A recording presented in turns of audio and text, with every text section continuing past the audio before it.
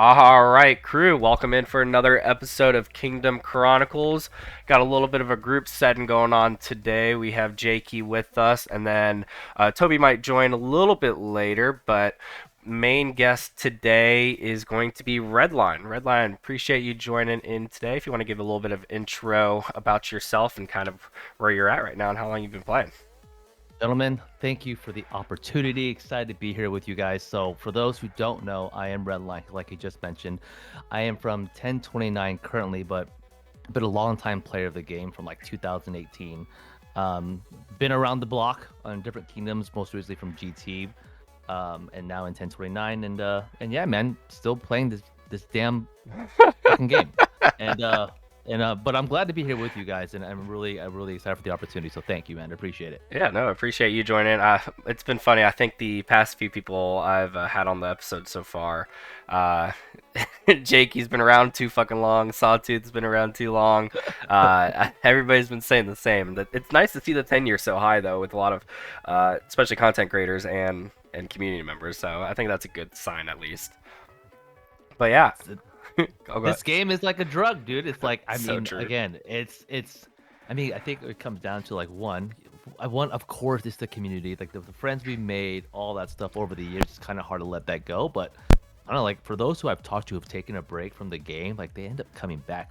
Again, a good amount of them, unless things life changing happens, like multiple kids, new job, or whatever it is. Like it's hard to get away, man. That's why there's Yeah. so many tenured people still playing this game. Yeah, you get a lot of boomerang people, especially when the marketplace and Kingdom's kind of Oh settling yeah. back down too. So, and with the upcoming changes of maybe a little bit more public marketplace, so it'll be interesting to see if we get more boomerang people and new Yes, people sir. entering. But yeah, we'll talk a little bit about. I want to go over kind of your channel and what brought you into the YouTube community. But I feel like we can't go further without addressing all the drama and tea that happened with as per usual whenever the big players arrive in one place. Strife and Jakey and you on Ducky Souls. I don't know. You didn't get to experience it firsthand, did you? Jakey, you're talking Jakey, right? You're Yeah, talking about Jakey, Jakey right Jakey, now. Jakey, Jakey. Yeah. Yeah, Jakey didn't experience it first time. Jakey's fucking asleep. Yeah. I'm around. I'm around. um. I'm still recovering. Yeah. What was your take on Strife just Um, initially on the DS side, Redline? I mean, I think are you talking about for the final match or Yeah, just overall final Strife in match general? first. I mean, dude, first off, like when we said it was free for all, I'm like, oh fuck. Fuck. Like, okay, Yeah. okay. Holy shit. There's got to be a way for us to make sure we get top four. I knew my opinion again, because there's so many great players across like all the 8 teams. Like Pink won, GT of course. I think Chisgo and Hope and Lion were in there as well. Yeah. There's so many great players, so I thought it was gonna be hard for us to get first place. But when we said free for all, I'm like, okay, there's a chance, because obviously when it comes to free for all, and we talked about this earlier, like in another show, but basically the idea between a free for all is like the doors open up, you hit anybody you want. But in reality, it's more of like the team will do whatever it takes to win. So my thought, okay, this is gonna be like free for all, dude. Like we're gonna figure some shit out, and we did. And I Yeah. felt like the team that we currently have today. So that for those who are watching this, I was part of DS. A lot of people think I was on the GT team, but I've been playing with the DS team. That's called loyalty, by the way, to the community, because I put it with the GT. It was loyalty. I played with the guys during Pioneer, and we stuck with each other. So it was really good for us to make it as far as we did. But final match, I think the team did really well. It was really organized, and again, this team was really like kind of put together like randomly, and then we just continued to like rotate people in, and then we got top four, dude, which was really impressive. So simply put, the team was really well, and I think we performed very well and made it to the point where we are a team to be reckoned with. Yeah, I don't know if I ever had the expectation of, well, especially when FFA or even just the matchup in general had the expectation of getting number one, right? Just based off of how our team was made up of. But top four was like, yeah, that was the main goal the whole time, and it was very interesting because we were in the same position technically as 77 up against Pink in that top right corner, and it just really came down to flag building time. I think that's whoever gets that first cap on that circle is just it has so much advantage when it comes to post flag building space, TP space. And then DK came and fought us as well. I think Jakey. So in the top right corner, DK 18 didn't necessarily go towards 1, right? Yeah, 1 down there. And so we ended up having a kind of a semi 2v1 situation on our circle, and we didn't lose the circle once while building towards this zig at the same time. But yeah, I didn't ever understand really anything about the whole allyship until the very end, because I feel like for DS at least, we were 2 hours in without even caring too much about the zig drama. So for me, I completely agree with you. I didn't really know what was happening on that side of the map because make sure I'm clear. For DS, we didn't have like any of that free stuff going on. We kind of adapted to what was going on the map, and then, things just kind of formulated as we went. And then a couple hours in, that's when things started happening from what was said online. That was the same thing for leadership, right? I was in all the leadership talks. We were prepping for free for all, and in all transparency, our free for all, our quote unquote zig, was that circle. Mathematically, our best odds for getting 4th place was to hold the circle from start to finish, and that was kind of what we did. That was what we aimed for. And it was go for it. It was funny from my perspective, like given that I wasn't able to make it to the final. Like from everything we talked about beforehand, this is free for all. Everyone's just on their own. And then within like, I think 15 minutes, like I get a notification on my phone and it's like, oh, DS allied 960 and whoever else. It's like, this is all new. This is first I've heard about all this. Like, what, we allied somebody? When did that happen? Like, what was the allegation? We allied like BTA, the appearance of 960 or something like that. The appearance, I guess, visually on the map of where 960 wasn't. We weren't fighting 960, and 960 wasn't fighting us. But bro, in what world is DS gonna go balls deep and fights 960 when we have to face a 2v1 in our circle? Yeah, but and like we saw this in the exhibition match though when we went 6v1. You know what I mean? Yeah. Like it's too many things to handle at one time. Shit just goes down. You're losing troops so quickly, you can't possibly fight on 6 different fronts and come away unscathed. Yeah. I mean, overall though, I think Strife is just, I think it's been a blast. I think they need to incorporate. I was seeing in the chats of a couple servers that a lot of the players are a little upset that they weren't able to do outside of the top 64. I think a silver league would be fun. But I liked Strife. I think it was a good incorporation and a good rotation of a new game mode for everybody. What's your guys' takes on that? I can go next, Jakey, if you don't mind. No, of course. So for me, I like it as well too. It does kind of suck that people outside this like the top 64 or whatever, the power creep, they can't play. So hopefully they can kind of initiate some type of lower like tournament for them to do that. But I do agree, it's super fun. I think they could a little bit improve the rewards a little bit, because I just feel like, dude, change it up a little bit. But I will love it, like for like at least the top 4 teams to get the skin, whatever it is. I think that'd be kind of cool, because we've been doing packs for so long until the final one. So I think that could be better. But overall, I think it was a nice addition to the game. Yeah, I think the temporary rewards can really get you sometimes. Yeah, that's a bit rough. It's like the KVK titles, right? Like the Valiant Wolf KVK title. Just give it to me. Just give it to us. Give it to us. Just give it to us. We do enough already. Supreme Sovereign, right? Well, and then those who bought the bundle and that bundle was nasty. Like, I saw crazy. Wild Lion dropped like half a 500 million power. Oh yeah, I think he had the post bundles. Yeah, I was seeing on Discord servers he spent like upwards of $3,000 to regain his power. Oh my god, that's right, because he gets 10 mil for free. Yeah. Oh. yeah. So like I could take 10 million deads no problem, zero my account, and then I paid the $50 for the nice 80 heads, right? But for him, he's paying $3,000. Yeah. Oh my god! I just realized that. That sucks. Disgusting. Yeah. I'm sure he wasn't the only one, right? And he's still down. Like I think he max purchased and he's still down. I got Mr. Hope on my screen now. Mr. Hope's at 2.5. I think he was at 2.7 before the event started. Yeah, that's wild. Right?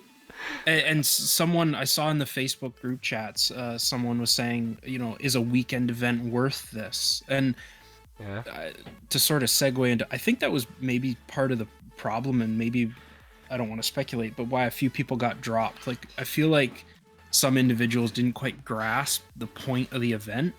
Um, it's not a KVK mode. This isn't about personal stats. This is about working as a team to sort of accomplish a common goal. And I think a few people sort of missed that, and it was like, well, I'm just gonna lose my million troops or whatever, and then I'm gonna leave. And it's like, you gotta push a little bit more. You gotta commit to the team. Yeah, strategy. That's what it came down to. Yeah, wild lines at 2.6. I agree with your point, TJ. That was a really good take on it. Like I think that was the overall goal of it, to kind of build that team. I think because I think this strife will evolve into something more like OL is, into some type of different thing. So I think that people are missing that it's not a KVK situation. It's more of like a team-driven game for a specific goal within a certain time frame. I think that's how it comes down to, and people did miss that. Yeah, like I did play in 2 matches the first week. I played in ours, and then I played in one of like the 20 UTC one, or whenever the second event went off. And like in ours, it was very structured. We need to focus on building these flags to the destination, and then we need to make sure we're rallying and garrisoning. No one's doing pointless field fights. We're swarming down structures. It was very objective oriented. And then in the second match, there were a bunch of people that were just field fighting, and in the chats they're bitching. They're saying like, this isn't a fun game mode. There's like, I'm not getting anything out of this. And it's like, well, you would be if you played it the way it should be played, which is objective focused. And I think it's like, I agree there needs to be some improvements to rewards, and maybe shorten it a little bit. 4 hours is a long time. It's rough, dude. 4 hours is rough. 4 hours is a long time. Especially the early games. Yeah, like even 3 hours would be better. I feel like maybe you can't get like 2. I feel like would actually be too short, because it is a long game mode. Like, you need to play the long game, especially in like the higher stages, like semifinals, finals. Like, we were rotating in subs. That first week, it was like our top 30 or 60 or whatever. That was it. And then in the later weeks in the semifinals, it was like, okay, now we need to rotate in the subs to replace the people that have lost way too many troops too early on. But yeah, I think people need to realize that it becomes those who didn't enjoy it, it becomes so much more enjoyable if you find the right team, which ours was great. We had great chemistry. And you play it the way it should be played, which is objective focused. I think that's a solid point. And then I think even the last part of the finals was even more focused on strategy. I mean, we were having to do call-outs of switch up on reserves when somebody was out of troops. Okay, who's next man up? Who's the next account up? And having to call out that. So there's a plethora. I think once we got out the first round jitters in terms of the gameplay as a whole, I could definitely see this becoming more and more competitive, like on the OL stage. I think that's going to be fun to see the game mode grow, and I think that's what the community should want as well. I know that might be a hot take, but I think it's always good to see games enter not necessarily the pro limelight, but people having teams outside your own little family and bubble to root for. I think it's pretty healthy. You see it in other game modes and other games out there. I think it's cool for the community to rally behind something that's not their kingdom.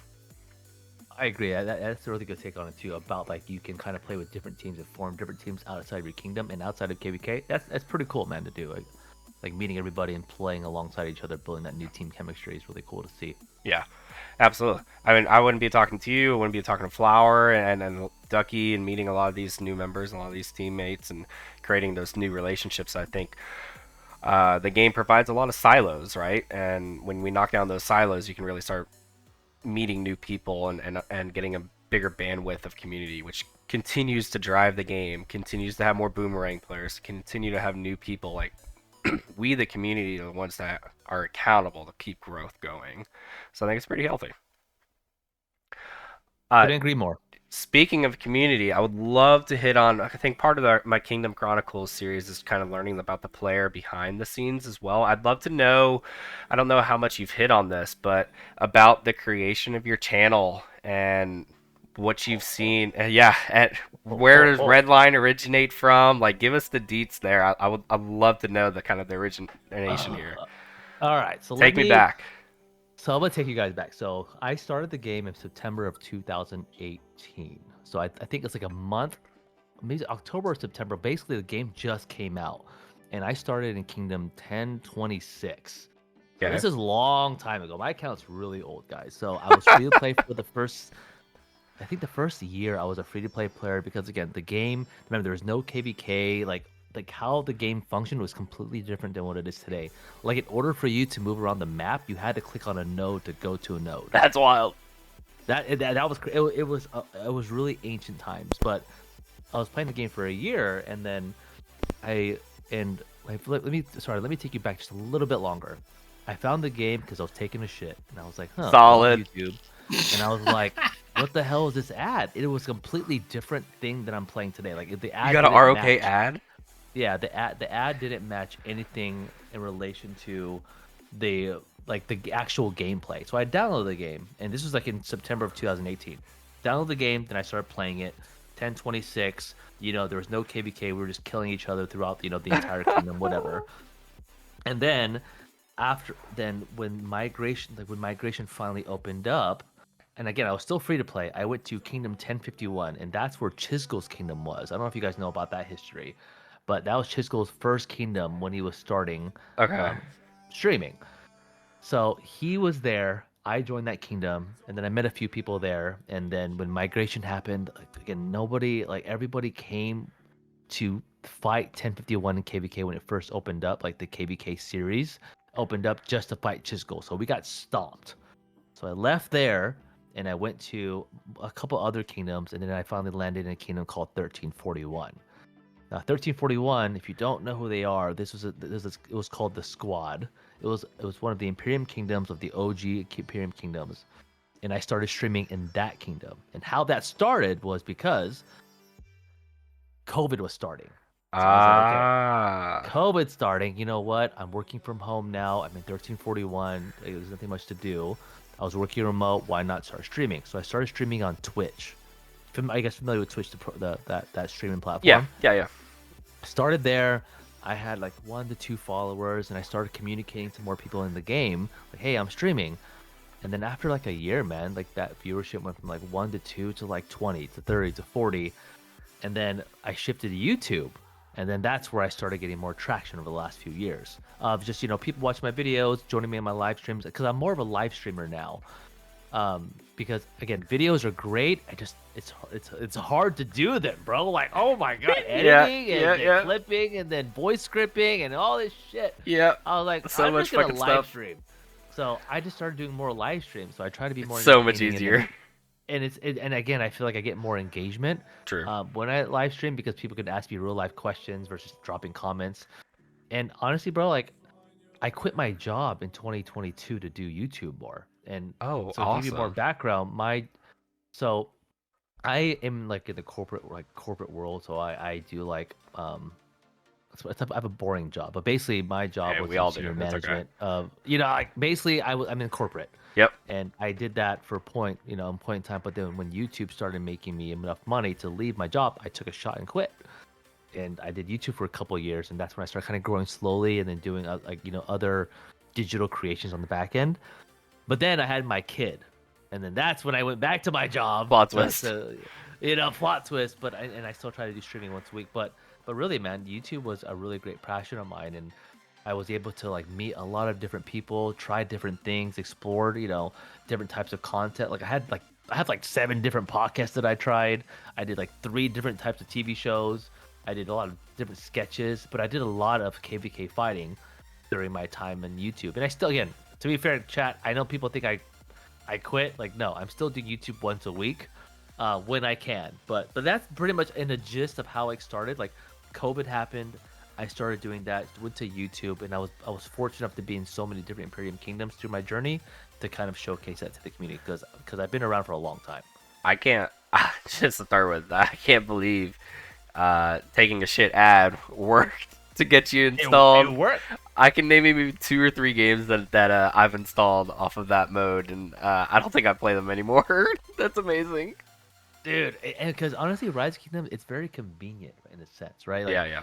like again, I have a PC, I have PlayStation or whatever, and you like for the games I want to play there, I gotta sit down, I gotta grind. But on Rock, I can just be on my phone, go to the bathroom at work, Yeah. do a couple things and leave. So like, it's more convenient also when it comes to Rock. So 'Cause it's mobile. what was the community like within kind of this when you first started the game? What was that? Dude, fucking toxic, bro. Like Really? again, because before again, it's still toxic today, guys. Right? It is what it is. But like when I first started, again, there was no kingdom versus kingdom, so every alliance in your individual kingdom was just bloodthirsty. Like Oh there was wars gosh. all day. Imagine trying to fight for that lost temple all day. People getting mad about taking altars or just like again, there was freaking fog everywhere, bro. Like it was crazy. It was crazy, and then our MGEs were the same for commanders for like a year. It was Caesar. Yeah. Oh. Oh, I can't remember who the other was. Julius Caesar. I was like these random like Rich. I think Richard. No, Richard was a wheel. Yeah, Richard was wheel. Khan was wheel.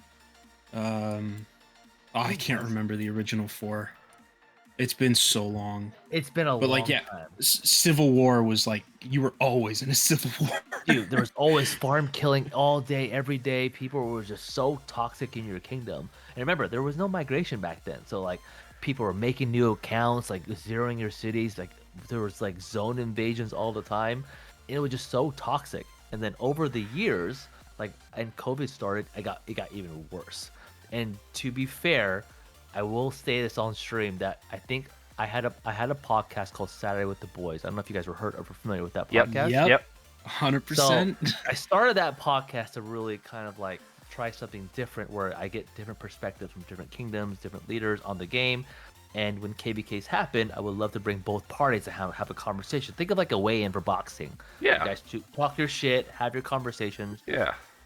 I felt like that Discord and podcast just triggered everything else in 2021, 2022 because Turn to Jerry I Springer. feel like civil wars happened because of that Discord. Like it's like That's civil solid. wars happened. It was crazy, and I think that was the height of it.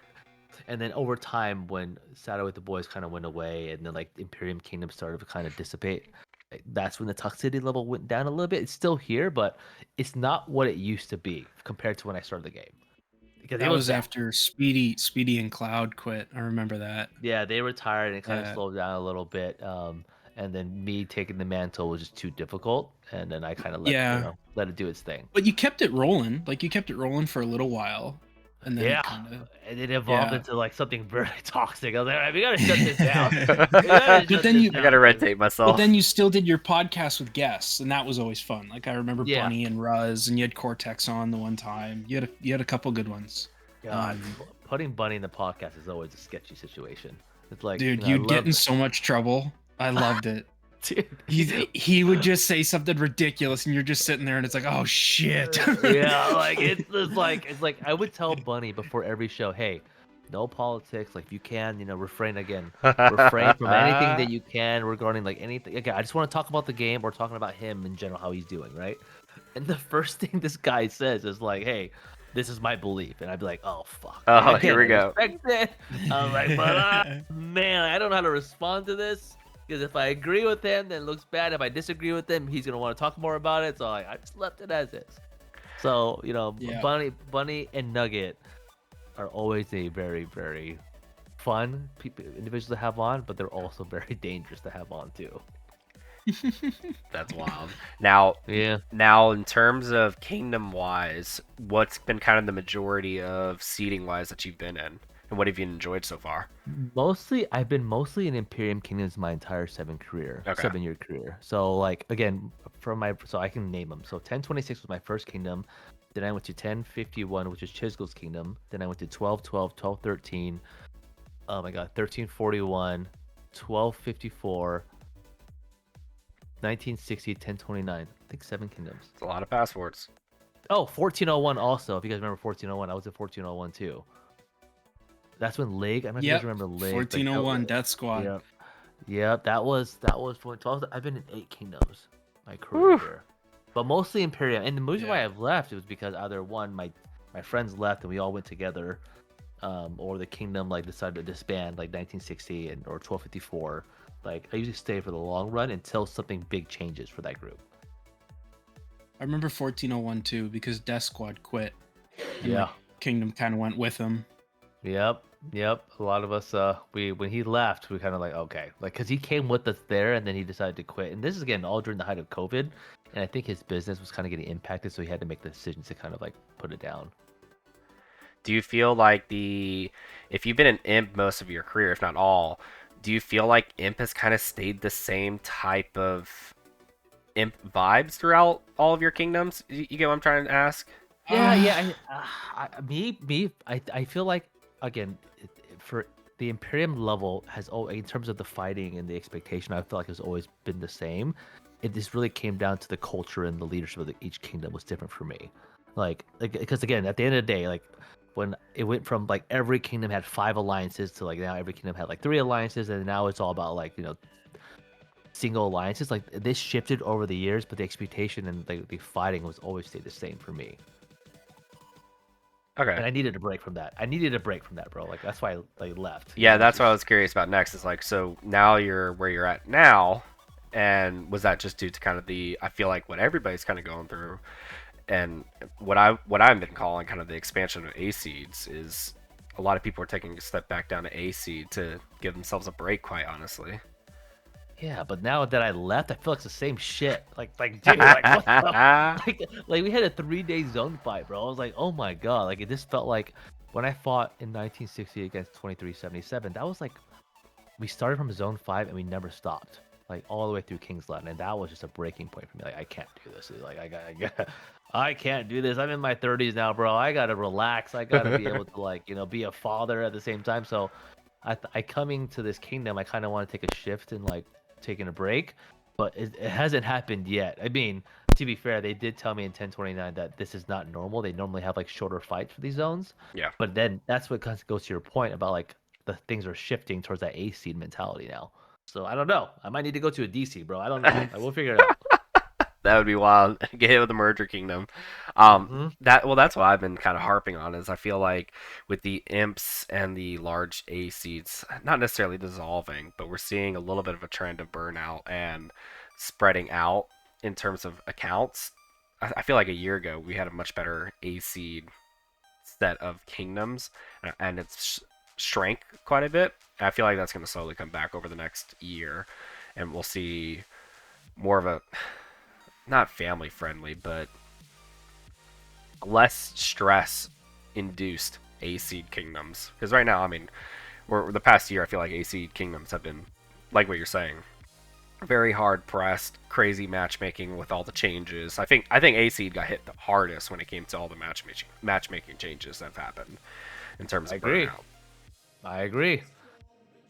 So we'll see where that goes. So now with your content, you'll be doing it. What's kind of the biggest tip throughout your tenure for young content creators that are still pushing out their content? What's kind of been your not just your drive and your why, but what's been kind of your biggest tip that you've done? My I think one is to be consistent always. Always be consistent. If you're doing something, you commit to it and you do it. And again, my biggest thing is if you don't try it or you commit to it, it'll never be successful. So my first thing is be consistent.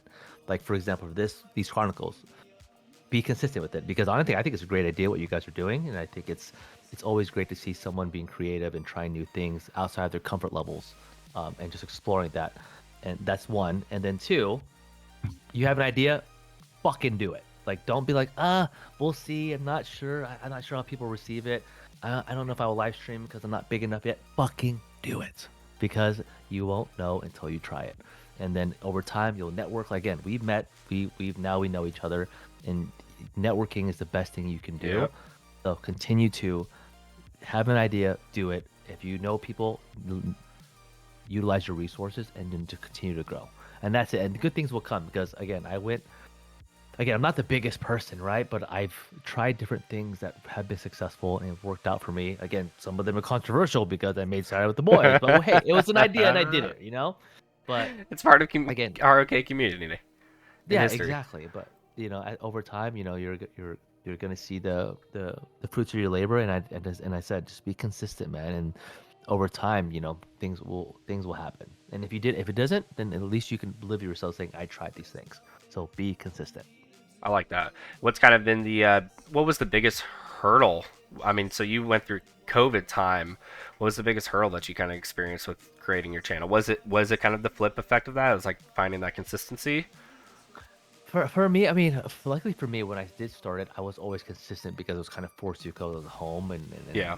the biggest part was this drive to do it, because like, in the beginning it's tough because you look at your views, you look at like how many people in your streams, and it's not that many, right? It gets kind of like, why am I doing this? Only 2 people watching me, right? But that I think that was the biggest hurdle for me to kind of get over with and be comfortable with, just being okay with that, because over time people will come as long as you're consistent. So for me, my biggest hurdle was trying to get out there and have people come watch me was my biggest hurdle Yeah. until I started pasting all of my, again, I'm not the kind of guy that posted on like LKC, come watch me, like network with my Kingdom. Yeah. Yeah. Hey guys, could you guys come out and check me out, hang out with me here, and just being consistent, because then it's weird. Some people are scared to post like in their Kingdom like Discord, like, hey, I'm streaming, or hey, your line chat, hey guys, come hang out with me, whatever. Like some people are scared to do that, but at the end of the day, that's your Kingdom, and if they love you, they'll come support you, Yeah. and then over True. time you'll start trending. So just don't be shy to do things that are not bad to do. Yeah. If that makes sense. No, I agree. I think even from a king perspective, and it's kind of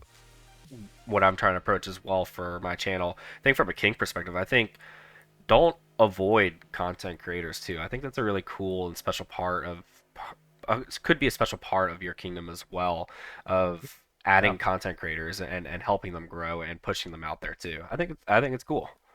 Yeah, no, I completely agree. I mean, you got to pick the right content creator to all you kings. You know what I'm saying? Like the only reason, like, a lot of people have different perspectives. A lot of people fight Yeah, differently. So true. just make sure that the content creator resembles what you're looking for in Yep, a player. that's valid. That's all I'm That's a saying. good That's point. all I'm saying. Yeah, don't add somebody you can't Yeah, handle. yeah, exactly. So be very careful with that one. That's hilarious. So where do you see the future of this game going? I know that's a very expanded question, but I've been trying to figure out what everybody's mindset on kind of the next year or two, especially as somebody who's been around the game for so long. So I actually thought about this too for a long time. Like, hey, where's it going? How long am I going to continue playing? Because again, at the end of the day, some people, the game is really fun. That competitive community thing, it's really fun to play. Like, you don't see a lot of. There's not many games like Rise of Kingdoms today. Like, there's not. And I honestly think like my concern initially was I think honestly Imperiums are gonna die out. In my opinion, Yeah. how the game is today, like it's like 93 is the number one kingdom in the game right now, but are they gonna get matches? Like it's gonna be very hard for them to get matches. People will quit, right? So I feel like the game is gonna lean more towards that A seed, very low, like single alliance game kingdoms, and it's gonna be more focused on things like Strife and OL, and then of course KBKs will be here, but I feel like the game's gonna shift more to those monthly, weekly side tournament style things in the Interesting. near future. I think because yeah, dude, Lil is pumping out so many different updates. They're doing so many updates, like it's like changing underwear. It's like It's fucking every true. month. It's every month. And again, This but I year's been appreciate crazy. them. I appreciate them trying to listen to the feedback and make those changes to make the experience more even better. But like, I don't know. Like, I just feel like the times of like those giant pyramids are done, those massive KBKs are done, and it's more towards like the AC KBK fighting now, and it's gonna get lower and lower with less people fighting in these type of fights. Like I think it's gonna go down a little bit because people are gonna spread out more because people want to fight. Like Imperiums are gonna die out. There's not gonna be anyone to fight for them, so people are gonna be spread out. What do you think, Jakey? I agree. The larger you've seen the larger kingdoms start to sort of fall apart over the last year, 2 years. It's gone from, as we said earlier, 5 alliance kingdoms, 4 alliance kingdoms. Like 1254 was a 5 alliance kingdom. There was TRSW, HMB, Q7, Live, yeah. Live. Yep, exactly. That was a 5 alliance kingdom, and then it was pretty much TR and SW, and like it just kept getting smaller and smaller. And then you look at 960, and 960 is like the blueprint now for a lot of people. They want to just have that one super powered alliance. That's it. And it's so much easier to manage. I remember the last time we were on, I told you in 1375 we had a 2 alliance kingdom, and like we never talked in off season. Once we had the coalition, we would go back and forth, but like people don't want the hassle of having to manage 2 alliances. They just want to run one. So I agree in terms of the Imperiums disappearing. I'm not opposed to more weekend events. My weeks are normally pretty busy, so stuff like Strife is nice. Like do my 4 hours of like good hard fighting, and then it's easier to manage, easier to work with, and schedule and whatnot. I'm sure Red can appreciate that as a busy worker and father. Sort of God. knowing when the fight is gonna happen. It's like, okay, we got zone 5 opening today. I looked at their pass. They don't look like they poured it up. Are they actually gonna fight? And sure enough, pass opens, nothing really happens, and then all of a sudden 2 hours in, it's like, oh shit, there's a fort drop. Oh no, everyone get online, hurry up quick. And it's like, it's KVKs can be stressful, and so I do appreciate that Lilith is incorporating new game modes and making them a bit more accessible to the busier person and stuff like that. I think that could be a good approach. I mean, you guys are kind of hinting on it as the more monthly, quarterly, weekend type events. If you already see some kingdoms that are so structured for OL, right?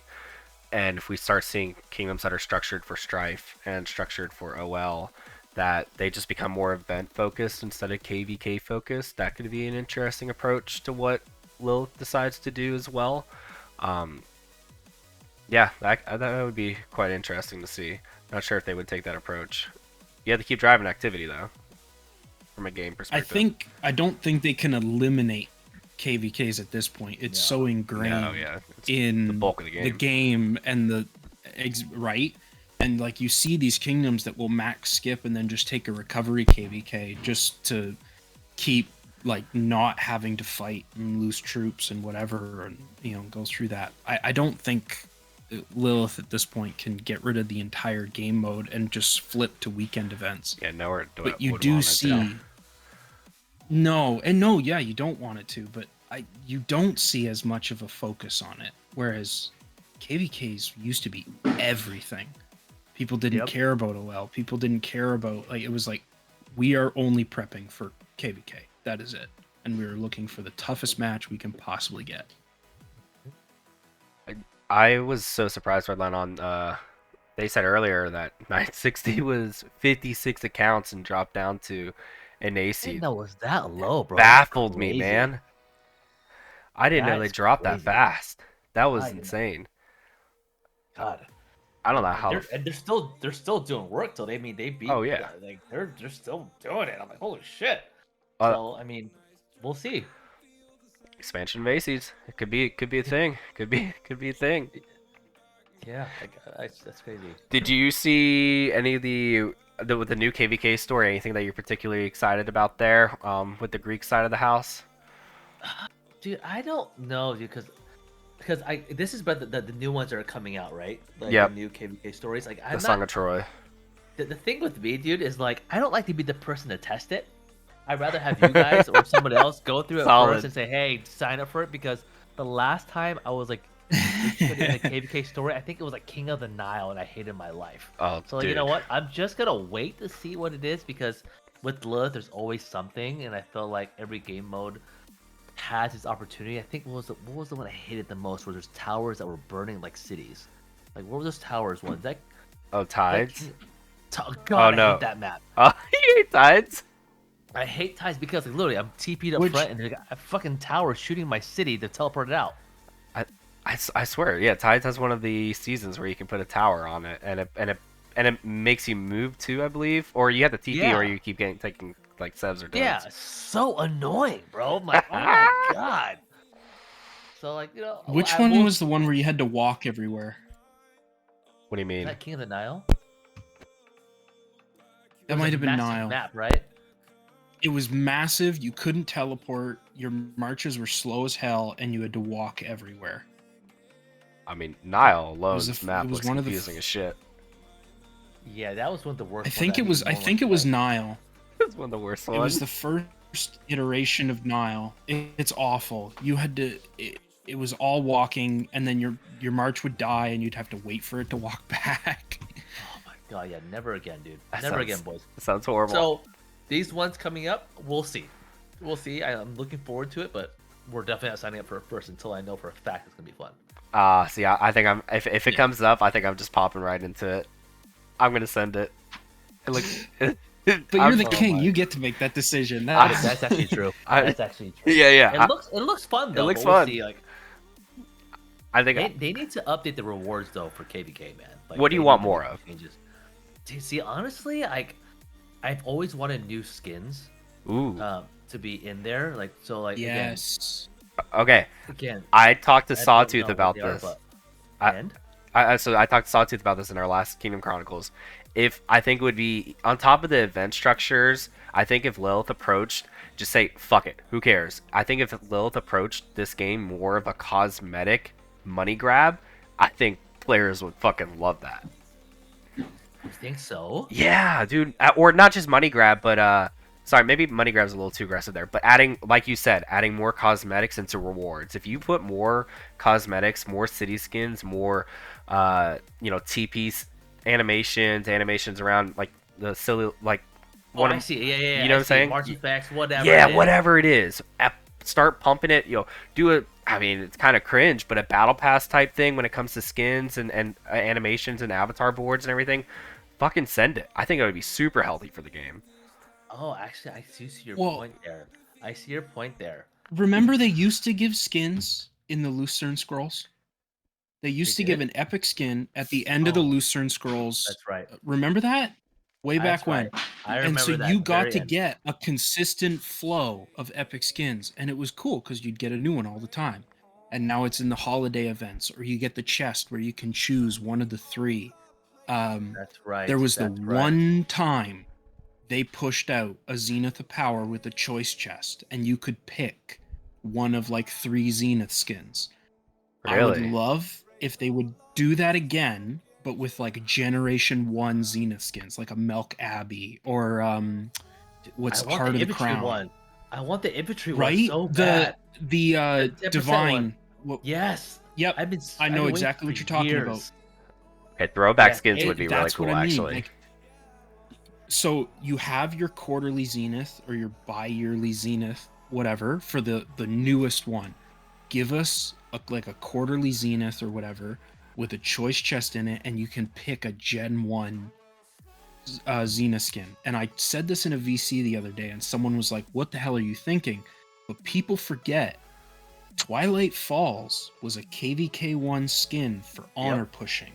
Yep. And people spent weeks of their lives killing barbarians to get that skin.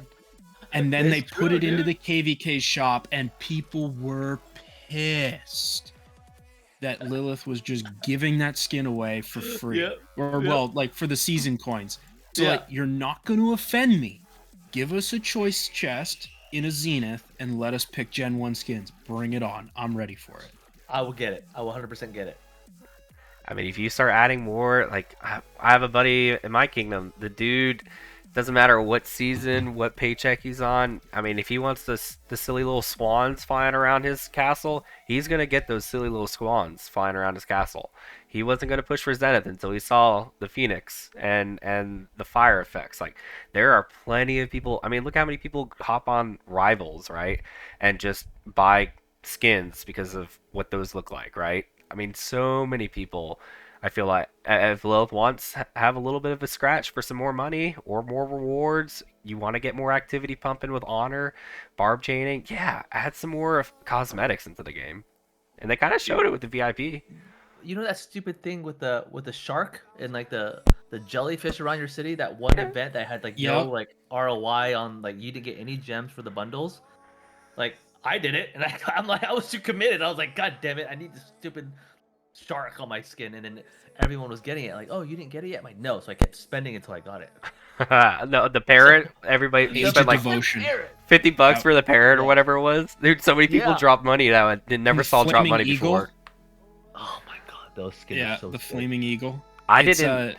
Red, it's Age of Devotion. That's the 10% health skin. Yeah, yes, I remember that one. I do have the Milk Abbey and the Amber Fortress from like years ago, but I really wanted Age of Devotion, that 10% health skin for infantry.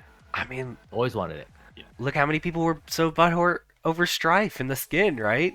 everybody And dies it's for only skins. a 3% training. Yeah, that's all it is. People love Give their us, cosmetics. Like, give us the 10% skins. Put the 10% skins in the KVK shop.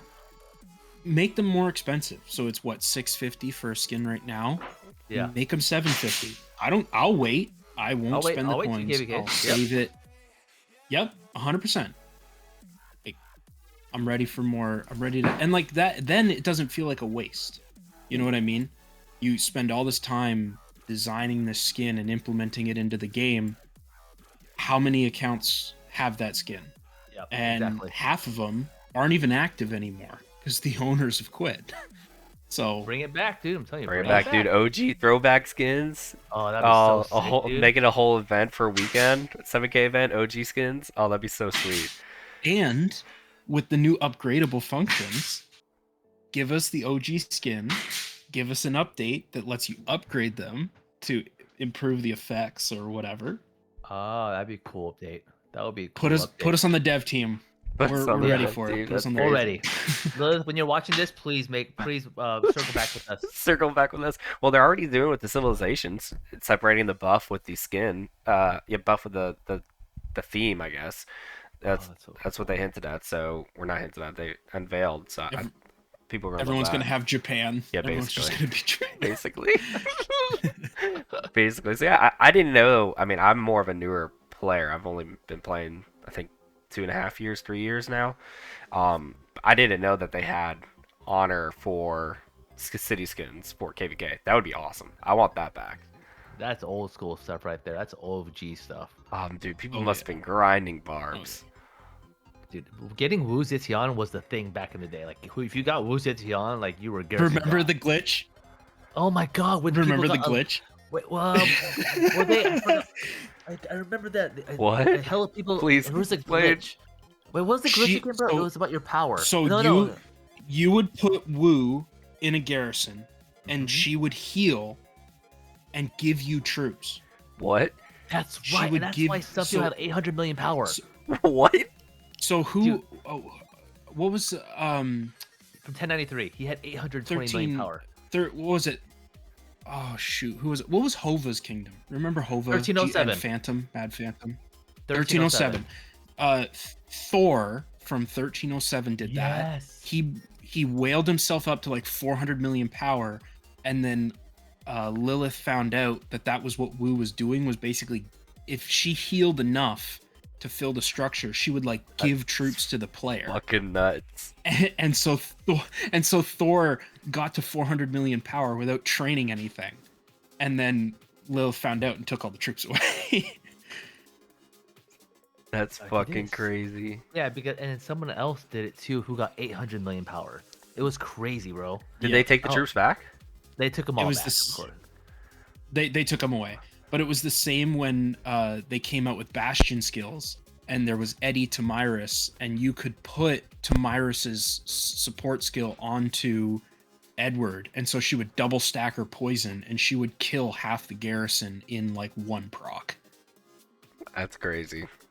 I don't think People would. There's been People some yeah, wild. there's some really crazy things. People would like literally do this research to kind of take the edge, and then we would find out later on like this is why we're getting owned.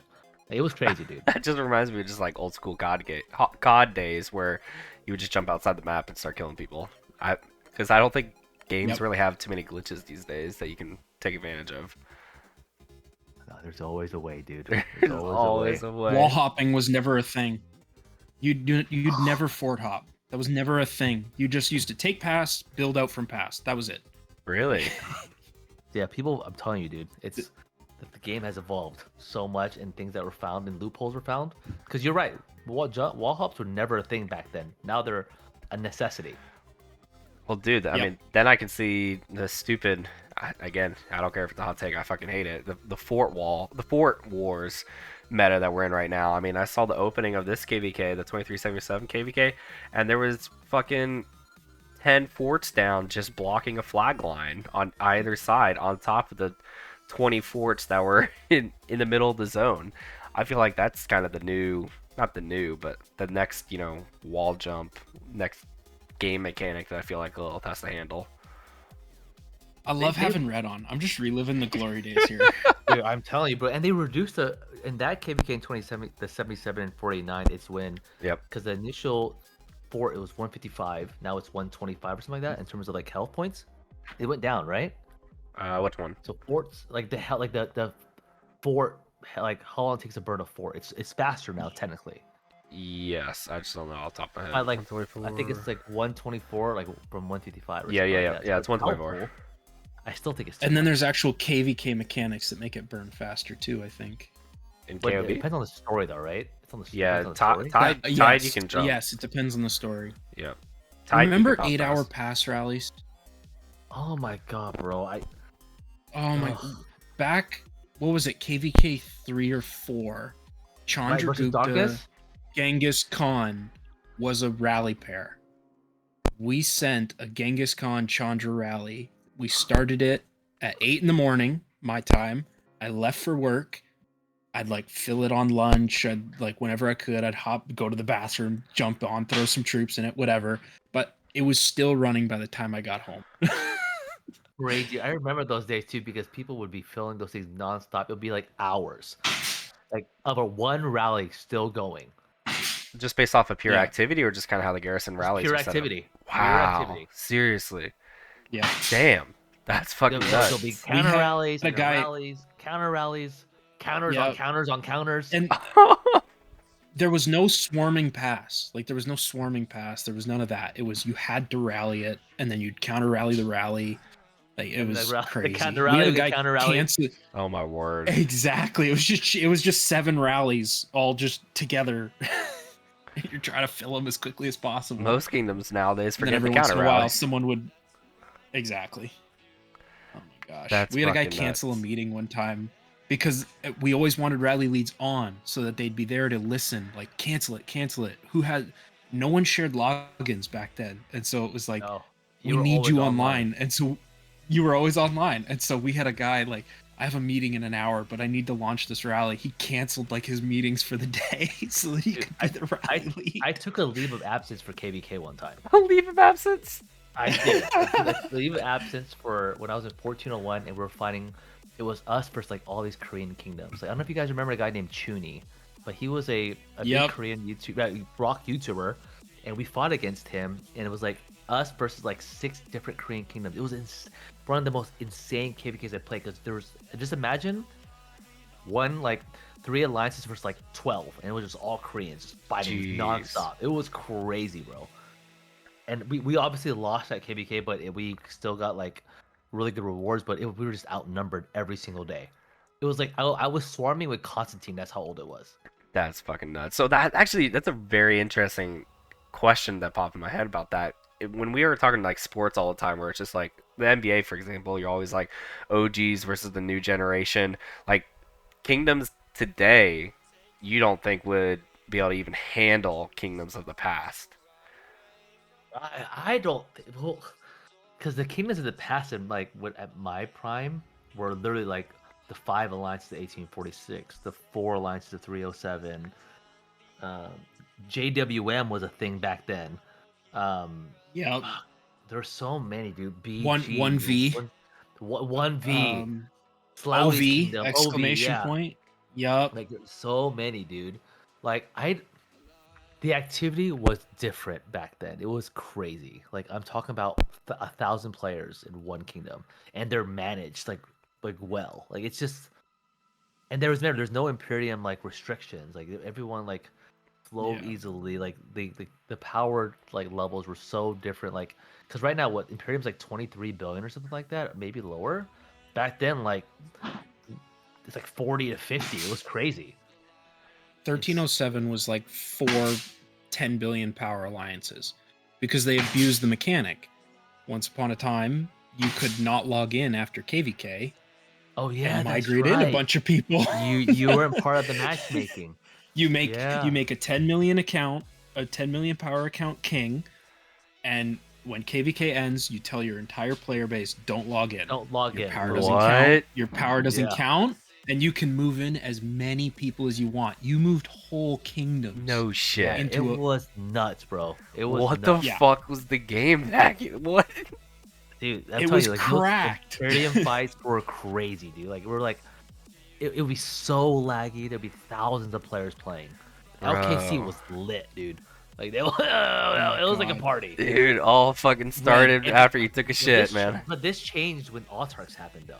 That's when it Ah. started like kind of being an issue, because you only had like 220, right? Is it 280 now? I How many think people can get those? 283. Yeah, I think it's 280 or 310. It was 225, right? So there was a shift like when Autarchs started becoming a thing, because not everyone can get them. The So provide more kingdom the drama. first the first 1254 versus 1365 KVK. Dude, was that part of that one? Probably not. It probably came right after that. I think you I came died after for 3 that. You were times. in the second one though, and Yeah. was that was a long KVK. They were all Because brutal, I was man. in 1375 and we allied 1365 and we fought you guys.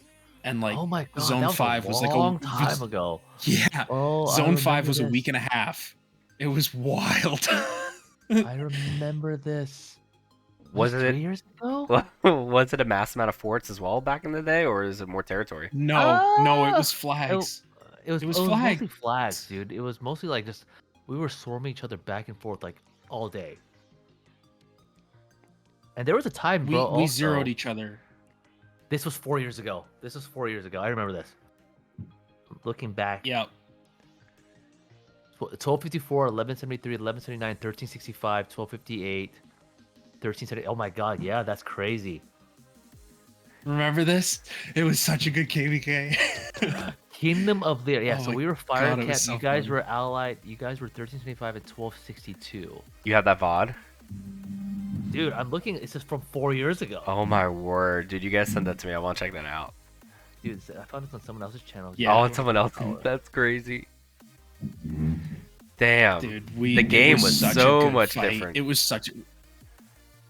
Oh, it was crazy. And 1254 had to fight in two directions, so they sent two of their alliances That's right out of fire camp, and then two of their alliances south. And yeah, like it was just. I just remember Count Fukyu. Bro, that's so old school right there, bro. Do you remember him? He I was do remember. so toxic in LKC. So toxic. It was so much I fun. still remember that. Oh my god. Damn. The game definitely has changed and evolved. That's nuts. Like the level of toxicity now, I shit you not, has actually dropped compared to what it used to be. We used to be able to get away with murder.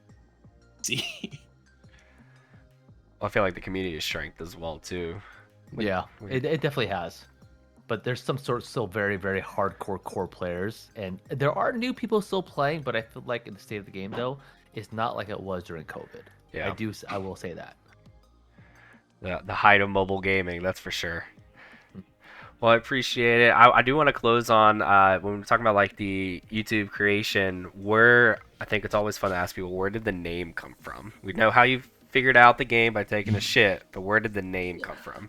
All right, so in college, I joined a fraternity. Okay. Okay, and obviously every fraternity is different. Yeah. But there's different ways of initiating into that fraternity. Sure. Right. So there was a night that Oh we wait. have things called workouts. Okay. And during those workouts, I was like, crap, dude, I'm so tired. It's really late. I need something to get me up and running. So years ago, there was this energy drink called Redline. I don't know if you guys remember it, but it's currently banned today because I think I'm looking that it it's up so real quick. unhealthy for you. It's called Redline Energy or something like that. Oh, I remember these. I never I don't know if had you one, guys but I know what they look like. Dude, they are crack. Okay, so I chugged one a night before of a workout during, getting into my fraternity. And I freaking realized that it wasn't a workout night. We were all gonna hang out and like have beers. And I was like tripping balls. I remember I was so cracked out, I was rubbing leather with my face going, wow, this feels great. So ever since then, they've always called me Redline. Because No of the night shit. that I was a fucking crack addict chugging those things before a night. And then I just took it over into everything else that I do. No YouTube. fucking way. That's No, awesome. it's a personal thing. Yeah, Yeah. it's a personal thing. It's a frat nickname. I love that. That's so sweet. Yeah, I just looked it up on Reddit too. Somebody was just like, "Yeah, why don't you just grow up and rip a fat rail of coke every hour like the I rest of remember us these now. adults?" I've never Yep. seen these. That's wild, man. Yeah, I think they're banned or they're only sold in certain areas. Yeah, they're like I discontinued, remember. I guess. You have Dangerous, them too, guys. Don't Jakey? take them. Yeah, Crazy. they're bad, dude. That's awesome. Well, I appreciate it, What's man. that? If you want to shout out your channel and the kingdom that you're in, and then we'll wrap it up. And I appreciate you joining. Again, I appreciate you both again for the opportunity, and I would love to come back on here again in any future episodes that you guys do. But thank you both. Shout out to my Kingdom 1029. You fuckers are cool, whatever. And then my channel Redline. Make sure to check it out whenever you get a chance. And make sure to subscribe to this channel and follow these guys. I'm really excited for what they're going to do in the future, and look forward to future collaborating with you guys. Appreciate it, man. Have a wonderful day. Thanks, guys.